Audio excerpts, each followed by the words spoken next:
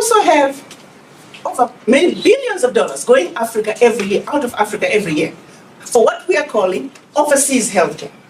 The presidents, the ministers, the billionaires, the millionaires, and even the ones without the money, they're coming together and finding it somehow.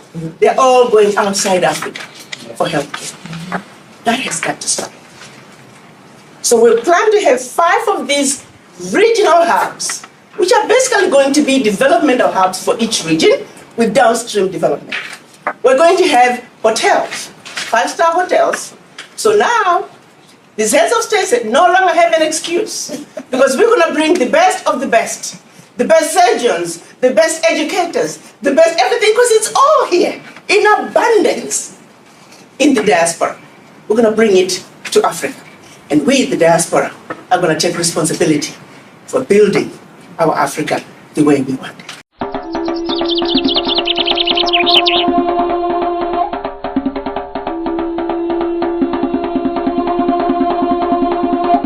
I think, as Mel said, I was a country doctor minding my own business in Tennessee when I was asked to come here. As part of my conversations with Madam Zuma, I wanted to know why she was so insistent that I took this position. And she said, well, the diaspora are such an important part of Africa's development.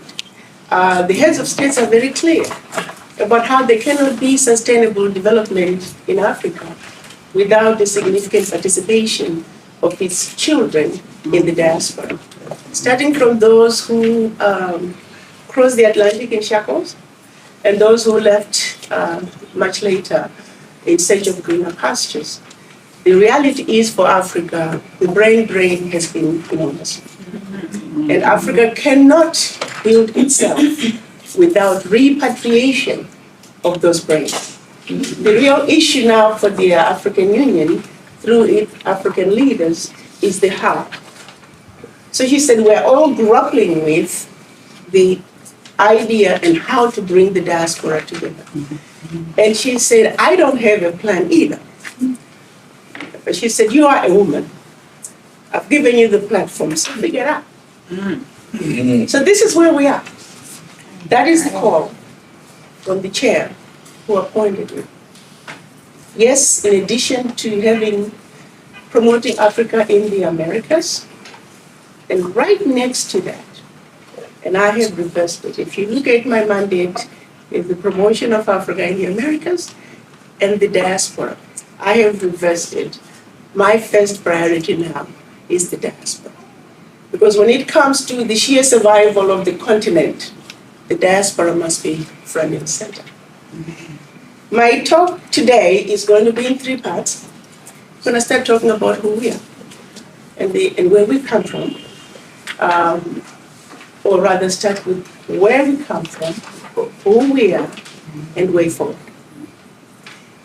And as Mel knows, there is one particular part of our history as Africans that defines the status of our situation in the world today. And that event is the Berlin Conference.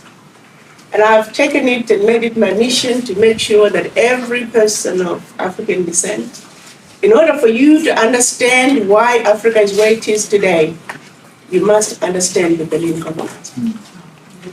Why did they meet in Berlin, 1884 from November to 1885 February? Prior to that date, of course, slavery had just ended in 1865. The Western world, the French, the British, the Italians, even the Russians, they are all haphazardly going into Africa. They heard about this beautiful, very rich continent with everything they can ever need. So as they were robbing and looting from the African people, pretty soon they started looting from each other. And then before you know it, they were fighting and killing each other. So the then Chancellor of Germany, Bismarck, he was afraid that they were getting ready to have a European war on the African continent. So he called his crony, King Leopold of Belgium, and said, let's do something about this. We are all going into Africa and looting, let's organize how we're going to loot from these monkeys. And so they called each other up and they met in Berlin. The sole purpose was for this gang of thieves to organize themselves as to how they were going to effectively steal and loot from the African people.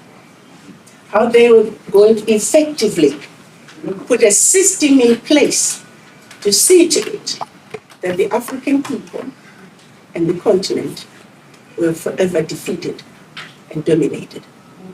So it was during that 3 months of deliberations, sitting on a big table like we are now, and across this table, a 5-foot map of Africa, the decisions were made. Where tribes were getting along very well, that was absolutely unacceptable. That means more countries came out of it. That means more, those same countries, one was given to France, the other one was given to Britain, the other one was given to Spain, to make sure that they don't even, over time, even a generation, they don't even know each other. They don't speak the same language. And those that did not get along, they became one country. Let them keep fighting.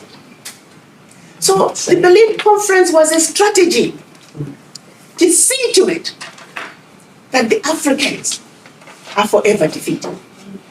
So as I go around talking, I've had some, usually it's the educated, the bright ones, the professors. But Ambassador, you can't keep talking about the Berlin Conference. That's over 200 years ago. And my comeback to them is, when they made a decision to have Togo, Benin, Rwanda, Burundi, what did they have in mind? How can Togo be called a country? If this was a boxing ring, heavyweight, countries, please stand up. Togo gets up, United States gets up, China gets up. Now may the battle begin. What chance does Togo have? But on the books, Togo is a country. We were designed to lose. No single African country, as if we continue as individual African country, can survive. No. You see, Togo needs to negotiate with the state of Delaware. There's parity. Nigeria needs to negotiate with the state of Texas. There's parity. But as individual African countries, it is so important that we understand that the strategy that they put in place in 1894 was designed for us to forever lose. And if we should have one African country that tries to have a leg up, because we are so small, it's very easy to take us down. Before you know it, there's conflict. It is in the books that of the 7 African leaders who were assassinated during the coup in the Francophone countries, they were all orchestrated by France. Why were those leaders assassinated? 1958, when the French were leaving their colonies, they made them sign what they called the Pact for the Continuation of Colonization. This pact necessitated that 85% of the Francophone countries keep their bank reserves in France.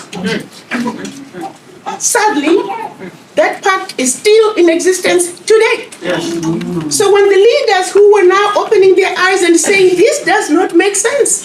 How can I run a country with 85% of the money that I need? And then when I try to access the remaining 85, no, only 15%. If I try to access the remaining 85 that's in the French banks, I'm treated like a beggar. You're becoming too smart. Next thing you know, there's a coup, and you're assassinated, and they put a puppet in. And then it gets to a point where everybody gets scared. If I try to raise my voice, they can take me down one or the other. Now we are no longer doing coups. We're having conflicts. And who are we using for the conflicts? Our young people. And all they have to say, boo, and we run. So 1964, or Pan-African leaders of the time, realizing that Berlin Conference set us on a wrong path, on a losing path, almost on a train that's going to derail. It's just a matter of when. So they met together and created what they called the Organization of African Unity. It was during this meeting that Kwame Nkrumah declared that you were not African because you were born in Africa, but rather you are African because Africa is born in you. All right. He also proclaimed that Africa was for the Africans and that African Union was not. The AU has since been renamed AU in 2002. Our African leaders meet twice a year to discuss issues pivotal to the continent. One then begs to ask a question. Why is it that 55 years later, the dream of a united Africa is yet to be realized? It goes back to the Berlin Conference. It is for the same reason that as you try to analyze other ethnic groups in this country, which is the melting pot, with the exception of the American Indians, everybody in this country has a primary anchor that is outside the United States. The anchor in the United States is the secondary anchor. So the Indian diaspora, they realize that their primary anchor is in India. This is secondary. The Irish diaspora, same thing. The Chinese, the Mexicans, all other ethnic groups, they recognize their primary anchor. 2-3 generations removed, but they know where they come from. Now let's take it home to us black. Come on now. We're the only ethnic group that's too busy trying to run away from our primary anchor.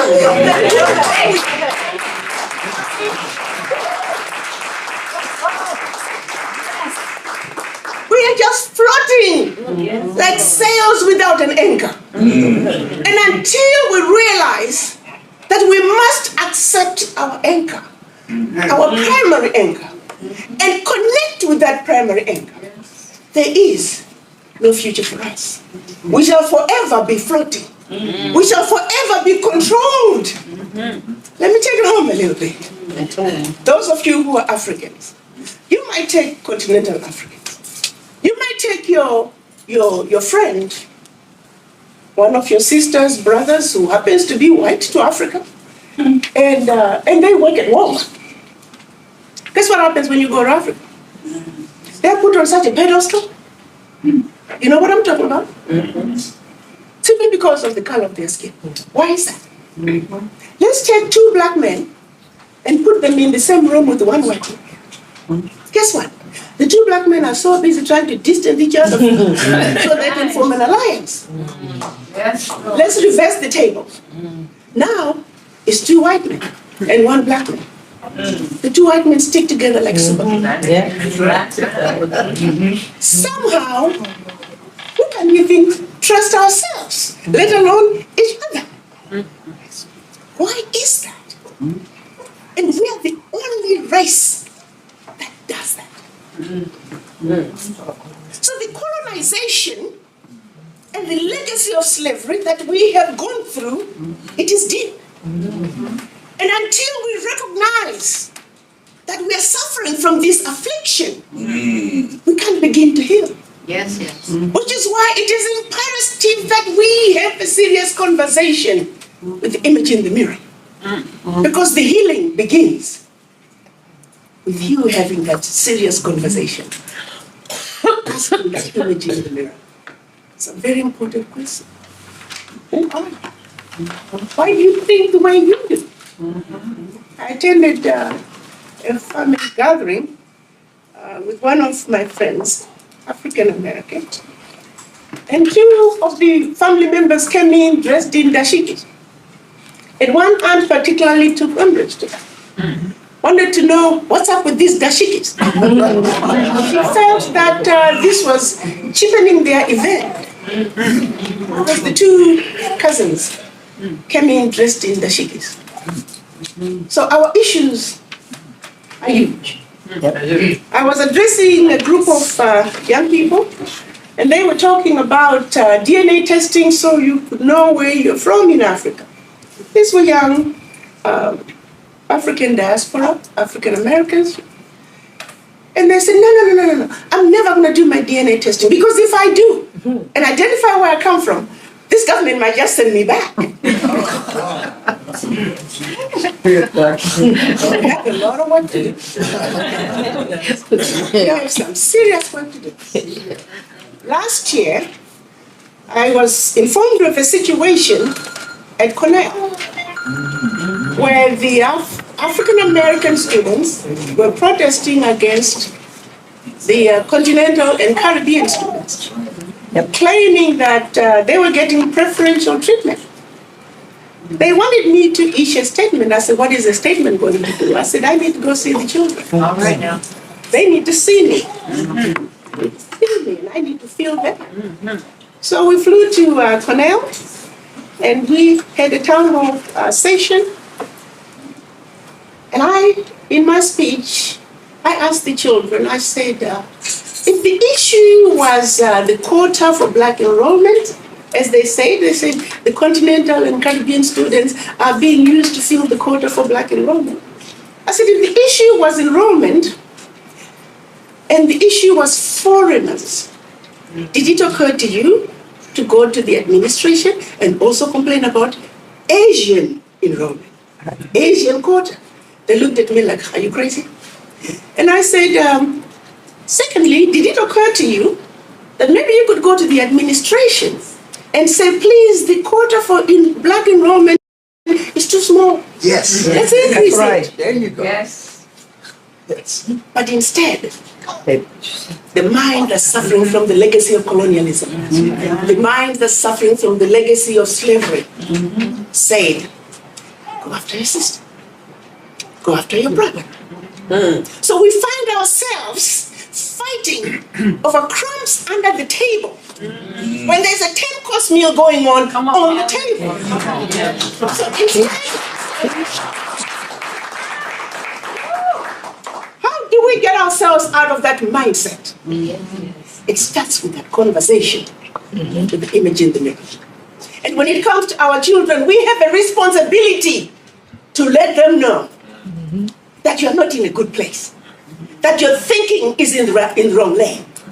And we have a responsibility to direct them into the right lane. But how do we direct them if we ourselves are in the wrong lane? That is where our problem is. The question I have is, as diaspora, some of the most, I like to say, beautiful, intelligent, sophisticated, highly adaptable, and totally indestructible people I know. Why can't we get this right? We don't need anybody. We have ourselves. And all we gotta do is come together. Let me give you a simple example. I was talking to a group of bishops. I said, bishops, I found out that $50 million leaves black churches every Sunday. And by Monday, they're all lined up to deposit it in white bags. Some even drive past a black bag. Can you imagine if these monies have been going into black banks for all these many years?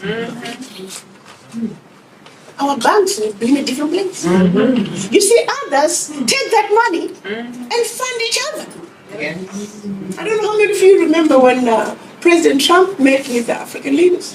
He said, my friends go to Africa poor, they come back rich. And then I had others calling me to say, well, how could he say ambassador? I said, the man said the truth. Now, you may not want to hear it, but it is true. The real question is, what are you going to do about it? Are you going to continue to be a complainer and a noisemaker? Or are you going to do something about it? Let me take it home a little bit. There's so many of us here.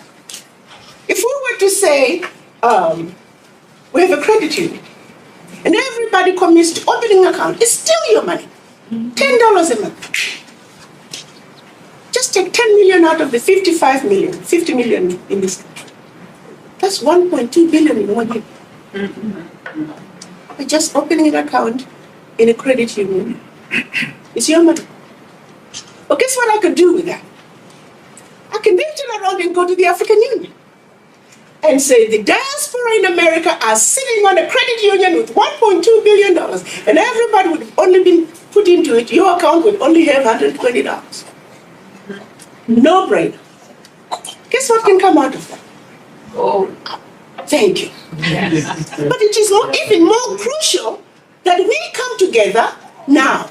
April this year, we saw the signing of the African Continental Free Trade Area. This is when the African leaders came together. Finally, we are beginning to break down the Berlin Conference. The African countries finally agreed to speak with one voice and speak as a bloc. One Africa, one voice, one country, one proud and strong. So the African Continental Free Trade Area is one giant step in destroying the Berlin Conference. Secondly, they also signed the Protocol for the Free Movement of People, which means regardless of where you were born in Africa, you're free to go and live and work wherever you want within Africa. Both protocols are currently now being ratified. Let me explain the process. So of the African Continental Free Trade Area, first the president has to sign and agree. Out of the 55 countries, we have 50 that have signed up to say, yes indeed, we're on. And out of the 55 countries, we only need 22 countries to ratify. And already 6 countries have ratified. They're ready for implementation. So we are hoping by December, we will have the 22 ratifications needed in order for implementation to begin. How is the implementation being done? Already, regionally, east, west, north, south, and central. We have regional customs units. So the integration of the 5 customs units will then result in the single African customs unit. Plus many other areas that are being looked at, because you can't have a successful African Continental Free Trade Area if people have to keep changing money from one border to the other. So this is all background work that's being looked at.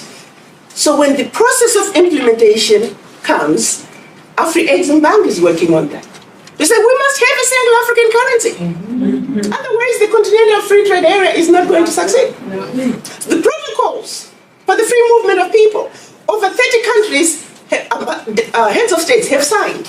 We only need 15 countries to ratify, and already 2 have ratified. By ratification, that means the president has agreed in principle, yes, I want my country to participate in this. Then he goes back home and put this through parliament to sign off. Both are supposed to be completed by December. I'm saying this to say, your Africa is changing.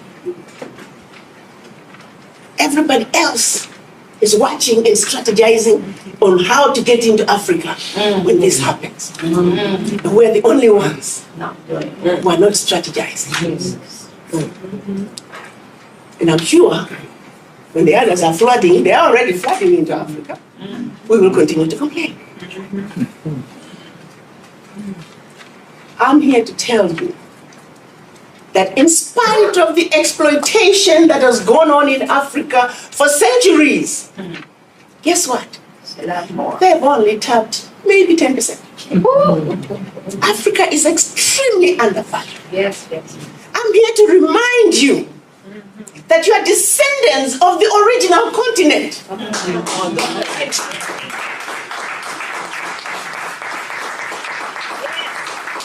When the world was one, it was called Pangaea. Yeah. Through tectonic shifts, the other continents drifted away. Come on. Guess which continent has never moved? Yes, yes, yes. So it's not by surprise realize that we have everything and anything the world needs. Yes. Diamonds, check. Gold, Check.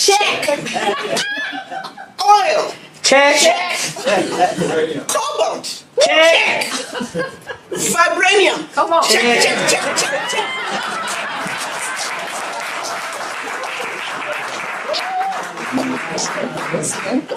And that is all ours. And not only that, we are the origin of humanity. That's right. Humanity as we know it. The genome that runs in your blood, in your veins, is the genome of originality. Why then would you allow somebody to make you feel less than perfect?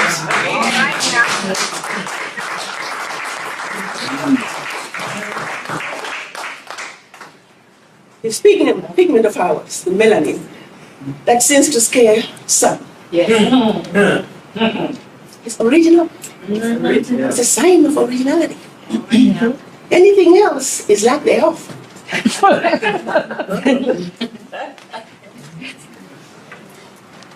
So I'm here to say, my brothers and sisters, you are descendants of an amazing continent. A continent that's being exploited by everybody except us. We don't need to exploit Africa, we just need to go home. Yes. We just need to go home. They've done a great job of painting our continent as a diseased and dying continent. Well, if it is so diseased and dying, why are you going there? You tell us one thing, don't go to Africa, but they're running to Africa. The onus is on us to say enough is enough. That we are going to be the generation that's going to turn the corner. Because I don't know about you guys. This can go on. Our circumstances, wherever you encounter us as black people around the world, are deplorable. How long does this have to go on before we can say we are sick and tired of being sick and tired? And that is why I'm here today. To say, as the African Union representative, I'm a woman on a mission. The diaspora must come home. And I hope we can join hands. I'm looking to put a board together. There's going to be an AU advisory board that we can begin to set an agenda. So when issues come up, just like I talked about the 1.2 billion, 10 million, each one paying, opening their own account for $120 a year. Can you imagine when I can walk back to the African Union and tell the African leaders that the diaspora are sitting on an account with $1.2 billion? Now, that is a voice. Are you with me? Yes. No money, no voice. Let's be clear about that. We can keep talking as long as we have no money. You are noisemakers. It is just that simple. And this is a simple, no-brainer idea that I'm trying to sell to the diaspora to say, if you believe in Africa, let's identify a credit union. And there are quite a few that are owned by us. That we could say, open an account so you can stand up and be counted. When I walk in and I say the diaspora in America are sitting on an account in 1 year with $1.2 billion, they want the African passport. I got ears. They will listen to me. But if I go to them now, they're saying, where's your army? Where are the diaspora? We have to stand up and be counted. And if we believe in ourselves, our children, and generations to come, we have to do this. We have to come together. Once again, as one united African family, proud and strong. Thank you for listening to me.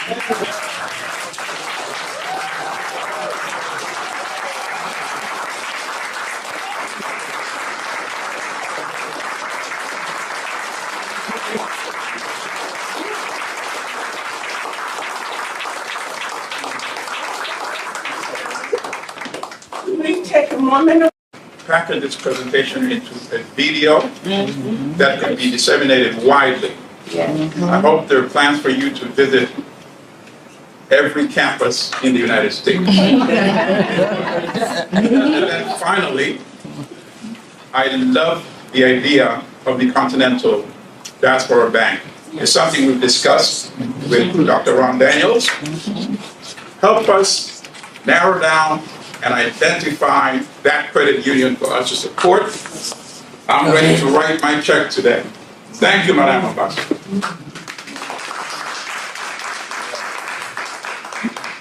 I can only echo Milton. Thank you so much for this inspiring idea. We've known this office for over a period of time now, and we have always struggled to find a way to get the word out, to chart a way so the diaspora can have a message around which they can rally and take it out of the ivory tower to bring it actually where the people are so we could do something. So it's sounding like we could do something finally. And how can you practically, with this forum and some others, African organizations and African individuals, be able to actually materialize this idea of an African bank or an African credit union? How do you see the steps actually being actionable?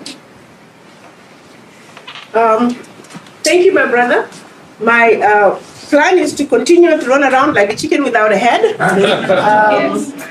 Last night I came late because I had to address a group of diaspora in Washington, D.C. I'm here today.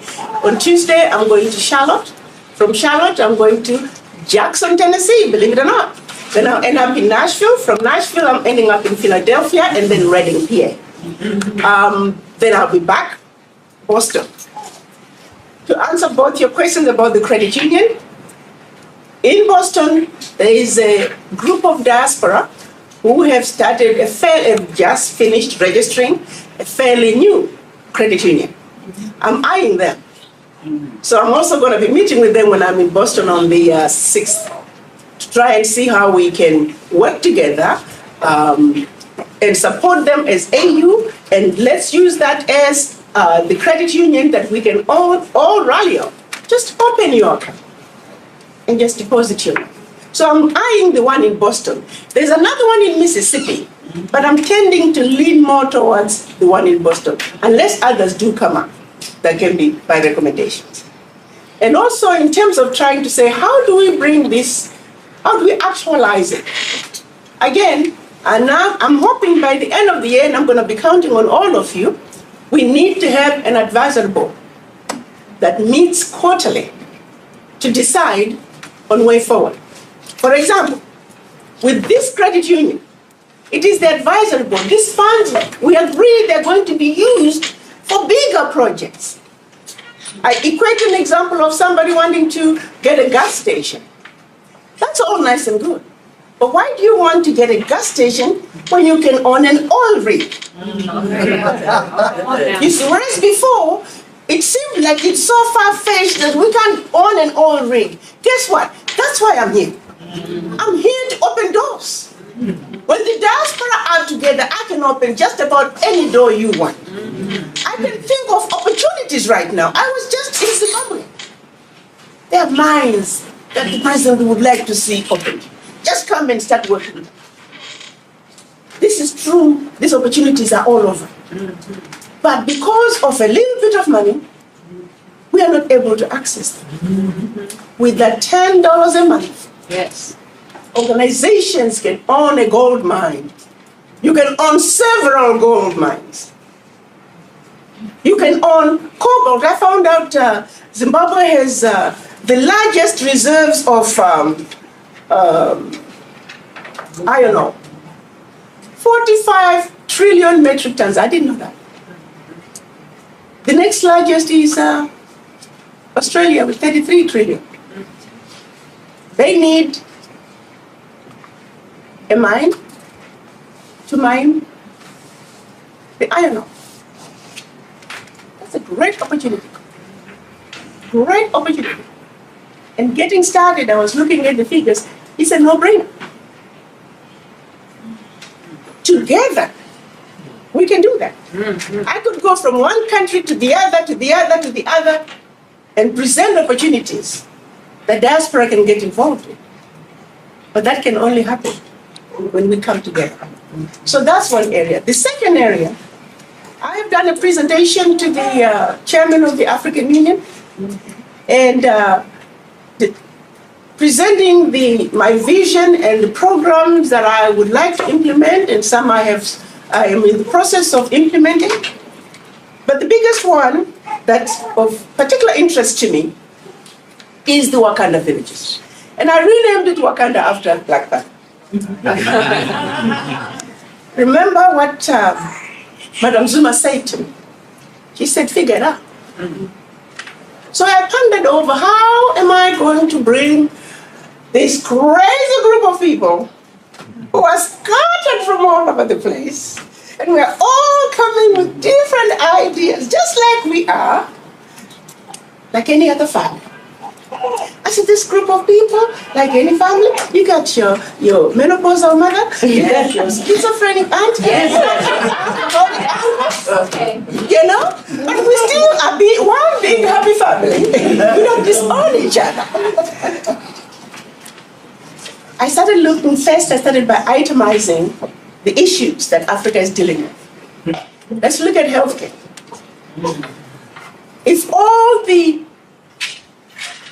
Black American doctors, continental doctors, the African diaspora in the United States doctors, were to go back to Africa today, we're only going to need about 20% of the need. Africa today needs about 1.2 million doctors. So taking it home again to say, before you start complaining and accusing these heads of states, and I'm not making any excuses for them, but I want you all to understand, no amount of money can be put into healthcare in most of the sub-Saharan Africa that will deliver the desired results. The doctors are simply not there. You have countries with no orthopedic surgeon, no neurosurgeon, maybe 1 or 2, OBGYNs, maybe 10. You have the doctor-patient ratio of 1 doctor to 100,000 people. That is not sustainable. I have traveled around the continent. Beautiful hospitals, built American standards. The wings are closed because there are no doctors. That is our reality, ladies and gentlemen. So the brain drain is a serious issue for Africa. And that's why we, as the children, must step it up. So the question of access to healthcare must be addressed. The next issue is access to power. Without electricity, everything comes to a halt. Some may not be aware, but the majority of the sub-Saharan countries, again, over 50% of drugs going into those countries have zero bioavailability. People are dying thinking they're taking blood pressure medicines, diabetic medicines, antibiotics when they're taking chalk, in some cases poisonous substances, and nobody is holding these murderers to task. It's just going on like it's a non-issue. And yet, they want to find issues to complain about that president and that president. They want to talk to me about corruption in Africa, which I'm not saying we don't have. But I'm saying while you're talking about corruption inside Africa, let's also talk about the corruption coming from the outside. Because it takes two to tango. I can't be corrupt by myself.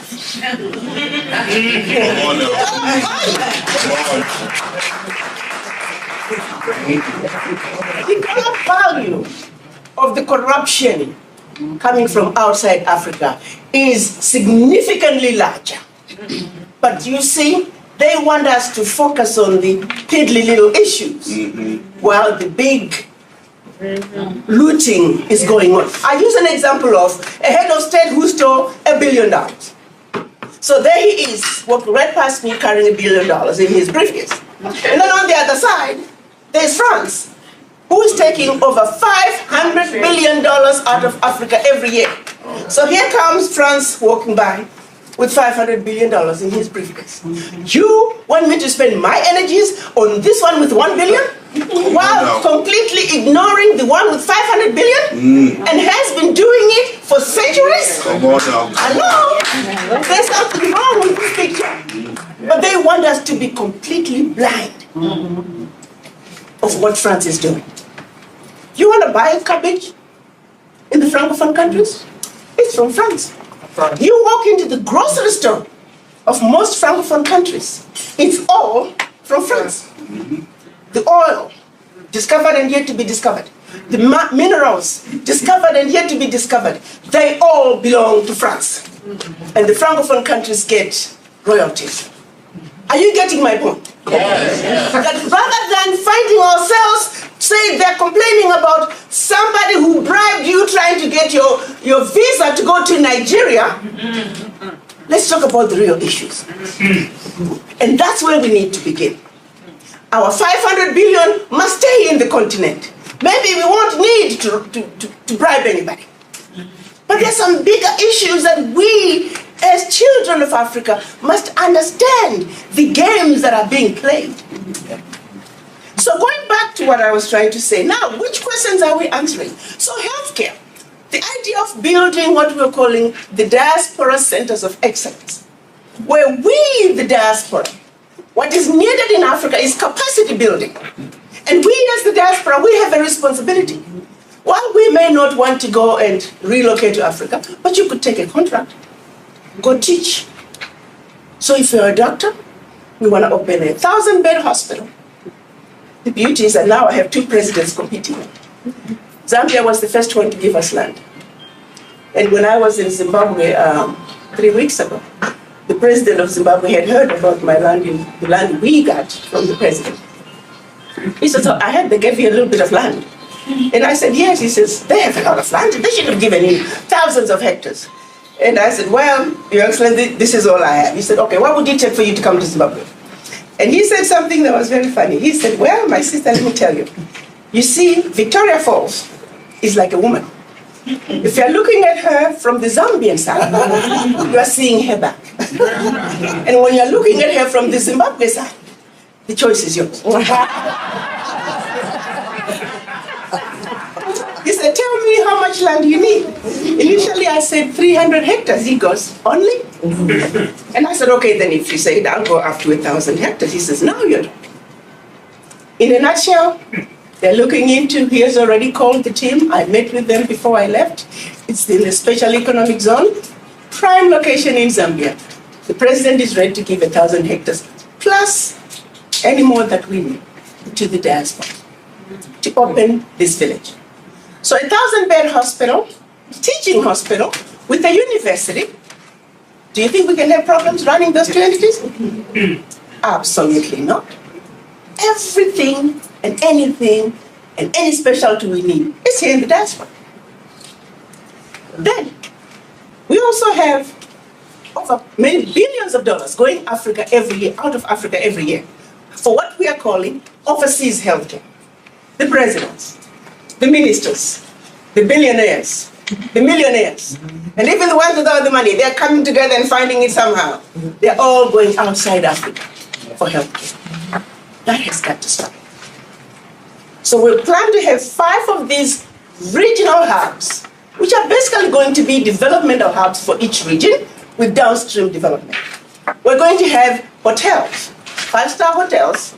So now, these heads of states no longer have an excuse, because we're going to bring the best of the best surgeons, the best educators, the best everything, because it's all here in abundance in the diaspora. We're going to bring it to Africa. And we, the diaspora, are going to take responsibility for building our Africa the way we want it. So we will have the hotels. The hotels are going to be part of it. Not only are we doing health tourism, but we're also promoting tourism in Africa in general. When you look at the tourism dollars, Africa is with the best destination destinations in the world, we're only realizing 1%. It's sad, but that is our reality. So we'll have also, starting with the 200 megawatt power plant, expandable to 1,000. We're also going to have a pharmaceutical manufacturing plant so we can stop the bad drugs coming into Africa. And then the housing development that comes with it and the infrastructure that comes with it. It will be a modern, quote unquote, village. It's really a mini city with roads that are ready for self-driving cars, monorails to go around the village, and all of it master planned by the diaspora. This was well received by the African, the chairperson of the African Union when I did my presentation. I won't mention names, but a law firm was brought to my attention by another ambassador, and they wanted to know how they could work with us, with the African Union. I said, well, you know, I got this project that we're working on, and I sent him a presentation on Wakanda. He called me back the following day, and he really, really wanted to meet with me. So he comes in, and I still remember he was holding the document. He said, Ambassador, this is brilliant. This is brilliant. In my document, I'm very clear. This is about the African diaspora. I defined who the African diaspora are. That this is a project that's going to be run by the diaspora. So there was no misunderstanding there. So to my surprise, his interest, and he was not of our color, I can run with this. This is brilliant. I can even take it to President Trump. He will love this. He will love this. That's a conversation that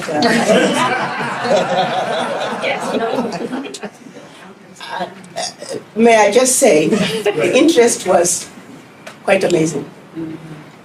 Talking about they can take this to Congress, they can get this accepted as a program. Can you not record that? I'm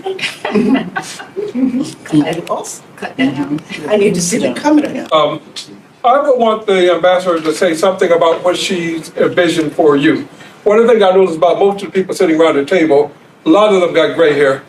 I don't see enough of them who are 25 and younger. I saw a little young baby there, but I don't think the baby qualifies. But I know you have engaged a con.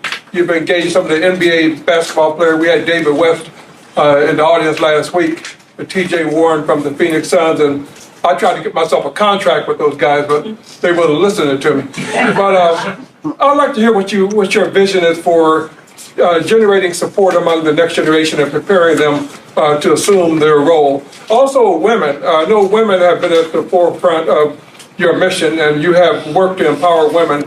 Maybe you can say something about that. I'm hoping out of this group, I see a summit coming where we're not talking about agonizing, but we're talking about organizing. And I see a summit of like-minded people around the country. I see it next year sometime, but that just might be me talking. But maybe you could respond to that. The youth, of course, are extremely important, not only within the diaspora in the United States, but even on the continent. So what we have done for the youth, we're establishing Pan-African Diaspora Youth Association. And for women, we've started in DC. We have a fairly active Pan-African Diaspora Women Association. And we tried to have a Pan-African Diaspora Men Association. They met twice, and then they called me and said, well, Ambassador, can we just not meet with the women? You men are useless. Without the women. That was too funny. But we're still, now they're calling me back. They said, Ambassador, please, we need to get this done. So we're going to be having, we're going to try again to get the men to organize. Of course, it will be an AU diaspora chapter. But the reason we want to organize the communities further into the youth, the women, and the men is to say when we start messaging, if it's an issue or information that is for the youth, we want to be able to reach only the youth. If it's information about opportunities for women, we want to reach only the women. The men, I don't know what category for them. Nobody wants to do anything for you guys. I think it's because they are intimidated by black men, I suppose. But we want to be able to organize ourselves so the messaging is easy and clear, but also professionally. So as you register, you can go to auwashingtondc.org and just register. And make sure you put your profession there. So we want to be able to say if we need to reach out to orthopedic surgeons, the message goes to the orthopedic surgeons. If we want to reach out to history professors, the message goes to the right people. So our communication is smoother and cleaner. For the youth, we had to go and request the State Department to see if we could access the YALI people, the YALI fellows, when they come annually. They gracefully accepted the request. And so we had our first African Diaspora Young Leaders Summit. It was a resounding success. Unbelievable. These young people, they're still sending emails, they're coming, stopping by the mission. And in general, they're saying it's the best summit. Some of them have been coming. They were invited to come back 2-3 years back. And in general, those who have never been to Africa, they're saying this is the first time that I can now say I have the phone number of my brother on the continent. That if I should decide to go to the continent, I have somebody to stay with. They created the relationships that are needed. How can we link up if we don't know each other? So the Pan-African Diaspora women, so we're hoping with the youth, we're going to continue to encourage them. They've now created a platform for the youth, the ones from the continent and the ones in the diaspora. We hope that continues to grow and they can continue to network. When they come together, it becomes easy. For example, 5 of them happen to come same day, different times to come to the office. And one of them, the very first one, he said he was going to be going to Charlotte. He lives in Nigeria. He's flying into Charlotte and then go on to drive about 2 hours away. I said, oh, guess what? I'm also going to be in Charlotte. He's arriving on the 20th. I said, well, can you wait for me? I'm going to be in Charlotte on the 21st. Let me see if I can get you accommodation. The long and short of it is, the company that I'm going to tour, it has these solar-powered units that can light up 5 rooms, a refrigerator, a TV, and a stove, plus, of course, the electrical outlets. This company is willing to send a container as long as somebody can manage it. And the clients, they pay $30 down and $10 a month, pay as you go. And we can bring electricity to the villages and anywhere in Africa. So these young people, I presented that to them, and I said, here's an opportunity. As a young YALI fellow, you could run a business.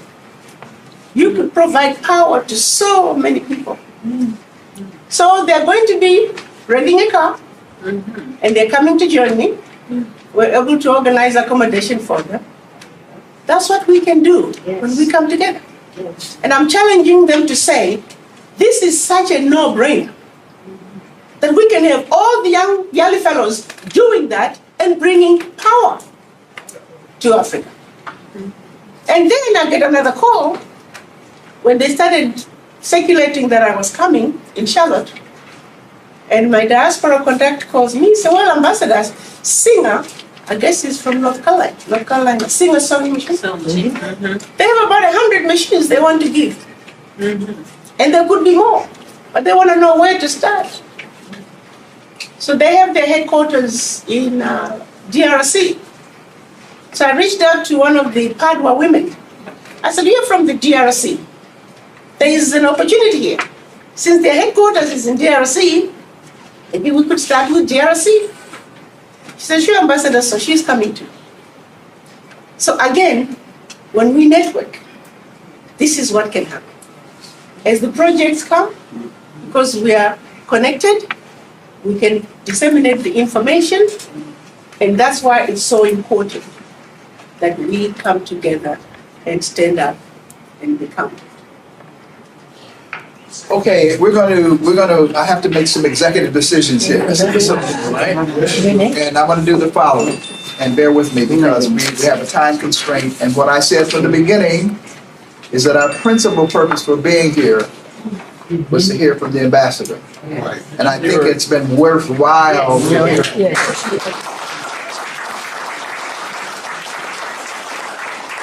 I want to say a couple of things, and then I'm going to talk about how we proceed. Number one, I want to just apprise people that based on a conversation that we had, Mel and Don Rojas and I, a few weeks ago, we got together and I wanted to visit with Mel and go over a number of questions and issues because we've worked together over the years on a number of projects. And out of that, it was agreed that that Don Rojas would actually come and meet with Maureen, right? And so I just want to amplify what that means. Because Don Rojas, who sits here, as many of you know, and those of you who don't know, we have some young people back there who may not know, we're going to have you all introduce yourself, was the Director of Communications for Maurice Bishop in the People's Revolutionary Government of Grenada. Yes.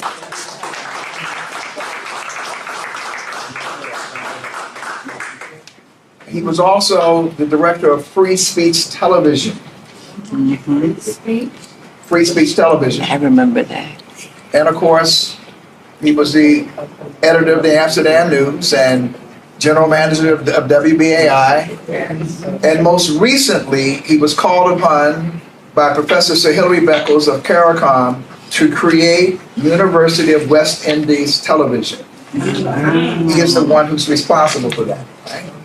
And I say that because of the assets that are in this room, so that when we talk about Don having the communication that you're already having, Mamadou, who is a world-renowned communications person, and so what I'm saying is, Mamadou, with your excitement, let's coalesce with Don, and then we start reaching out to other people so we can work with concrete. Our dear beloved sister, who's the Director of Communications. So that's a concrete networking piece that we want to pull together. I just want to say parenthetically, Boston is, when you met in Boston, we knew of your visit there because Dr. Jemadari Kamara, who you met there, is on the board of the Institute of the Black World 21st Century. He is one of our board members. And that formation is similar. That's the other formation in the country that's similar to this. The they call it something, we say dialogue, they call it the Pan-African Forum there. So we're very familiar with that and have lots of contacts in Boston as well. I also want to say that we need to arrange a webinar with George Fraser and the Power Networking Network. He has something he convenes every year called the Power Networking Conference. George Fraser has the largest group of black professionals in the world, 65,000 associated with this network. Many of whom would be attracted to interfacing with.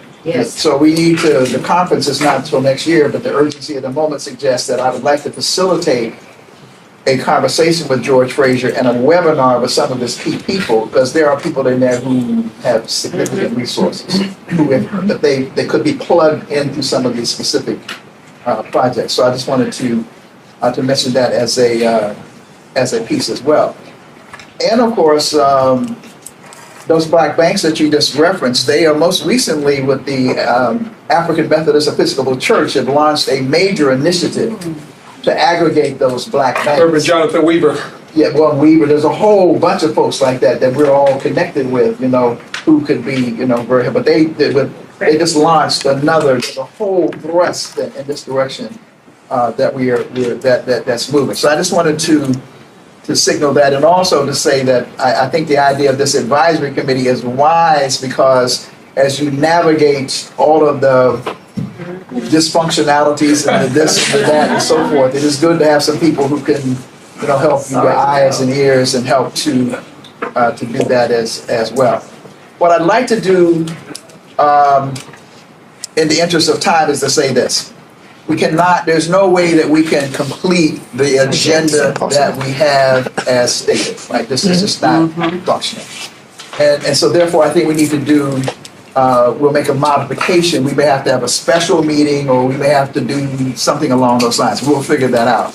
Before I do anything else, though, I do want to let those persons who joined, and some of them are young people who have come, and have come at the behest of Milton Alamati and others. So those of you who have not introduced yourself, we just quickly would stand and introduce yourself so that the ambassador might see you. There are a range of organizations who are here today who just introduced themselves. And this body, and in your packet you'll see a mission statement, is one that we have been working on for a number of years, which represents the bringing together of various constituents of the African diaspora, recognizing that that diaspora is diversifying and is no longer what it once was. The reality is, however, the fact that we have that community does not mean that we are connected, that we're working with each other. So this body is a rare body in many respects, in that we bring together every 3 months, 4 times a year, continental Africans, the Afro-Latino caucus over here, Caribbean Americans, as well as African Americans.